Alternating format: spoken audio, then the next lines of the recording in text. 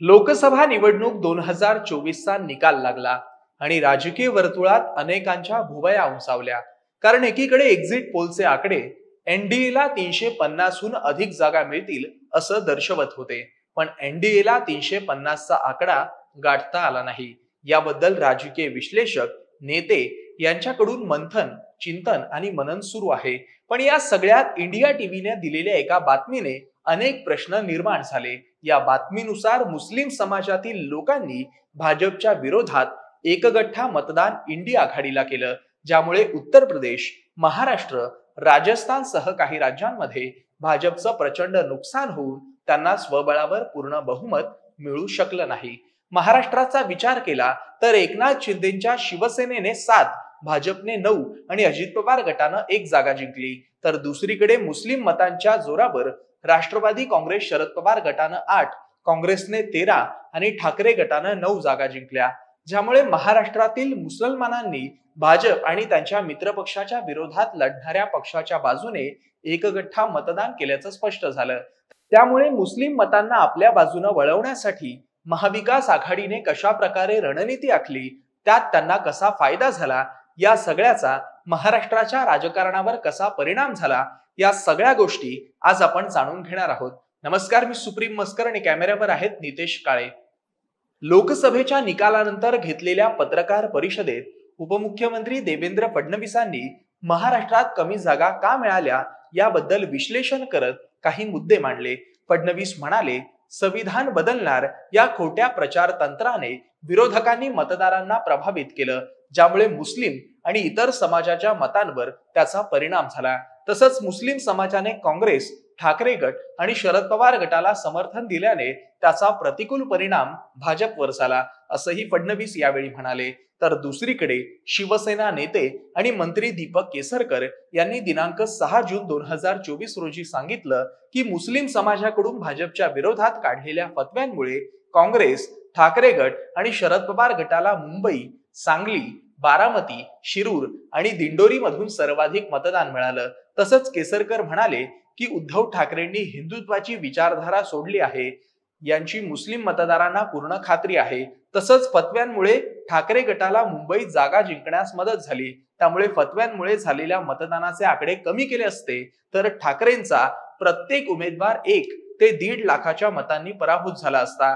तसंच एकनाथ शिंदेच्या शिवसेनेला मुंबईकर आणि मराठी मतदारांची मतं मिळाली आहेत, असंही केसरकर म्हणाले.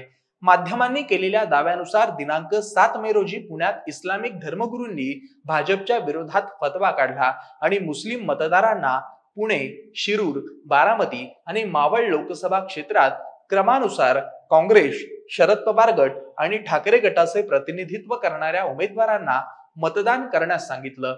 इस्लामी नेत्यांनी 2 मे रोजी कोंडवा क्षेत्रात जमाती तंजीम पुणेच्या माध्यमातून हजरत मौलाना सज्जाद नोमानी की तकरीर कार्यक्रमात हा फतवा काढला होता.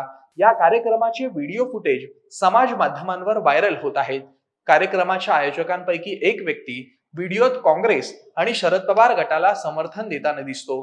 तो व्यक्ती म्हणतो, कुल जमाती तंजीमने पुण्यातील काँग्रेसचे उमेदवार रवींद्र धंगेकर, राष्ट्रवादी काँग्रेस शरद पवार गटाच्या बारामतीच्या उमेदवार सुप्रिया सुळे आणि शिरूर मधून अमोल कोल्हे आणि मावळ मधून ठाकरे गटाचे वाघेरे यांना पाठिंबा देण्याचा निर्णय घेतला आहे.